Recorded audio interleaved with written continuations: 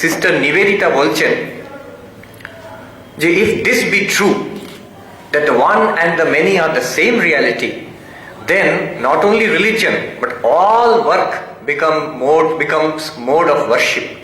আমরা যা করি জীবনে, সিস্টার নিবেদিতা বলছেন, আমরা জীবনে যা করছি, একজন পূজারী মন্দিরে বসে পুজো করছে, একজন গৃহিণী তার ঘরে রান্না করছে, একজন ছাত্র বসে পড়াশোনা করছে, বাচ্চারা খেলা করছে, এই যত রকম কাজ চলছে জগতে সবই কিন্তু তাহলে একই ব্রহ্ম। যদি এক আর বহু এক জিনিসই হয়, তাহলে সেই ব্রহ্ম যিনি এক, তিনি এই বহুরূপে একজন দেবতা হয়, পূজারী হয়, সেই গৃহিণী হয় রান্না করে, সেই শিশু হয় খেলার মাঠে, সেই ছাত্র হয় পড়ার ঘরে। It must be the same reality shining in all these ways. Sister Nivedita বলছেন তাহলে আমরা যত রকম কাজ করি এগুলো সবটাই তাহলে উপাসনা।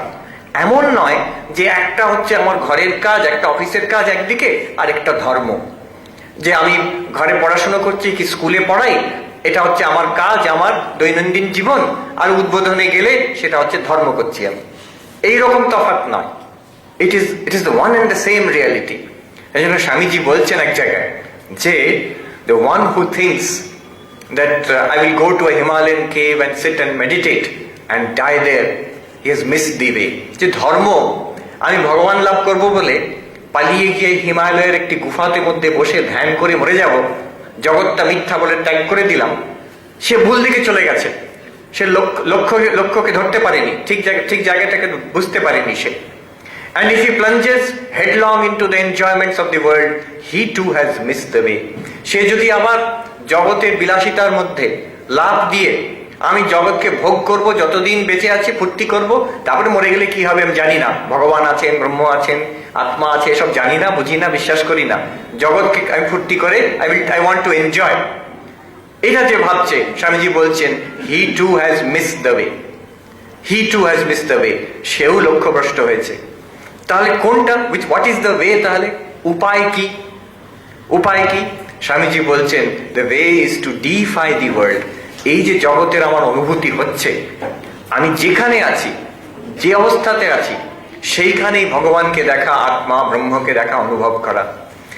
কেন? আবার সেই এক তত্ত্ব, one and the many are the same reality. যারই নিত্য তারই লীলা, যিনি ব্রহ্ম তিনি এই জগৎ রূপে বহুরূপে প্রতিভাত হচ্ছেন। কাজেই আমি যদি ভগবানকে পেতে চাই, এটাকে ছেড়ে কোথায় পাবো? আর একটু সরল করে বলি, সোনার গয়না আছে, সোনার গয়না আছে, আংটি আছে, একটি হাতে পরার জন্য বালা আছে, গলায় পরার জন্য হার আছে। আংটি, বালা আর হার সোনার তৈরি।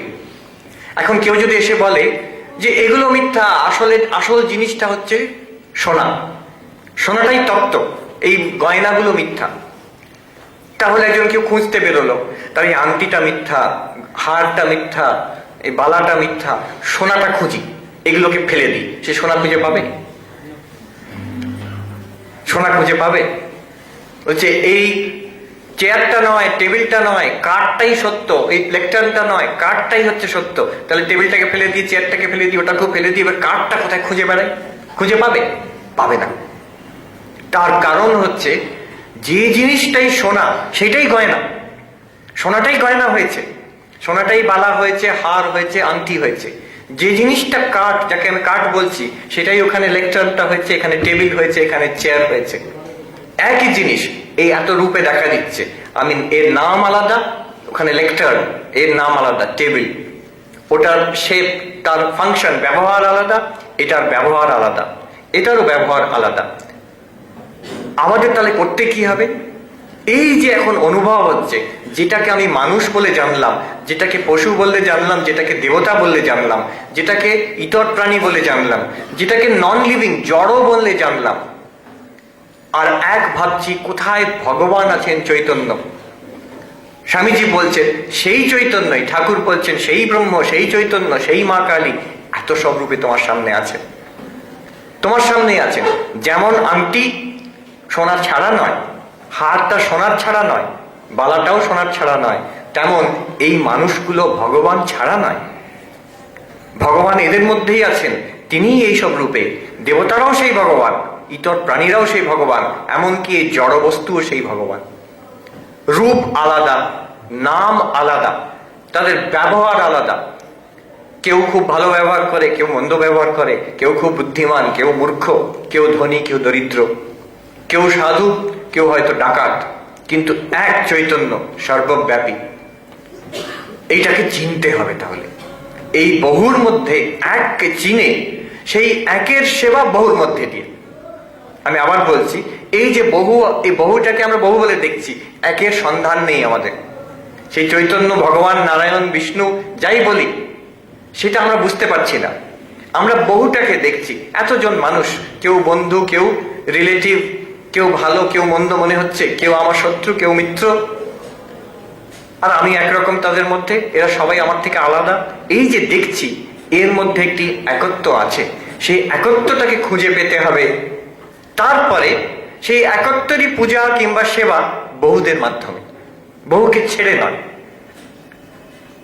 ঠাকুর মজা করে বলতেন, খুব সুন্দরভাবে বলতেন, চিনিতে বালিতে মিশে আছে, চিনিতে বালিতে মিশে আছে, পিঁপড়ে আলাদা করতে পারে। চিনিতে বালিতে মিশে আছে, পিঁপড়ে আলাদা করতে পারে। দুধে জলে মিশে আছে, হাঁস আলাদা করতে পারে। আবার মজা করে বলতেন, গোলমালে মাল আছে, গোলটি বাদ দিয়ে মালটি লও। তার মানে কি? কি মিশে আছে? এইখানেই আত্মা অনাত্মা মিশে আছে, যে চৈতন্য আর জড় মিশে আছে এইখানে। আমি নাম রূপটাকে বাদ দিয়ে এর মধ্যে যে চৈতন্য আছে তাকে চিনতে হবে। তাকে চিনে তারই সেবা, এই যে শিবজ্ঞানে জীব সেবা ঠাকুর বলে গেছেন, স্বামীজি ঠিক ঠিক বুঝেছেন। বুঝতে পারছেন যে এই যে জীব দেখছি, তার মধ্যে যে শিব আছেন, এটা একটা ইটস আ ফ্যাক্ট। একে ছেড়ে দিয়ে আমি শিব খুঁজতে গেলে সহজে পাওয়া যাবে না। এটা তো দার্শনিক তত্ত্ব। আমার মনে পড়ে শঙ্করাচার্যের বিখ্যাত একটি স্তোত্র আছে, দক্ষিণামূর্তি স্তোত্র। তাতে তিনি বলছেন, বিশ্বম দর্পণ দৃশ্যমান নগরী তুল্যম নিজান্তর্গতম। বলছেন বিশ্ব ব্রহ্মাণ্ড কেমন? একটা আয়না। আয়নাতে যদি একটা শহর দেখা যায়, আমি নিজে দেখেছি ছোটবেলায় ওই গাড়ি করে যাওয়ার সময় একটি শহরে ঢোকা হবে রাত্রিবেলা, শহরের সব আলোটুকু একটি গাড়ির আয়নার মধ্যে দেখা যাচ্ছে। তাহলে সমস্ত শহরটা ওই আয়নার মধ্যে দেখা যাচ্ছে। ঠিক তেমনই বাইরে জগৎ নেই, বাইরে এই এতজন নেই, বাইরে এই শরীর মনও নেই, এক চৈতন্য দর্পণ আছে, তার মধ্যে সব প্রতিভাত হচ্ছে। এই যে আমরা দেখছি, এত এত অনুভব হচ্ছে, এই সব কিছু আমাদের চৈতন্যের মধ্যে। এটা বিশ্বম দর্পণ দৃশ্যমান নগরী তুল্যম নিজান্তর্গতম। আয়না বললেই সবাই বলবে আচ্ছা আয়নার বাইরে তো একটা জায়গা জিনিস আছে, সেটাই প্রতিবিম্ব হচ্ছে। তা নয়, এখানে সবটাই ভেতরে। তখনকার দিনে হয়তো টিভি কিছু ছিল না বোধহয়, তাহলে শঙ্করাচার্য হয়তো টিভির উদাহরণ দিতেন। টিভির মধ্যেই সবকিছু যেমন দেখা যাচ্ছে, ঠিক তেমনই চৈতন্যের মধ্যে এই সবকিছু দেখা যাচ্ছে। আর সেই চৈতন্যটা কে? সেটা তুমি নিজেই, তোমার আসল স্বরূপ। তুমি যে ভাবছো আমি একটা শরীর, একটি মন, আমি বালক কিংবা বৃদ্ধ, আমি পুরুষ কিংবা নারী, কে আমি আমার এই সুখ দুঃখ, আমার জীবনের আশা, এই যে ভাবছো, এটা একটি কল্পনা মাত্র। তোমার আসল স্বরূপ হচ্ছে সেই চৈতন্য।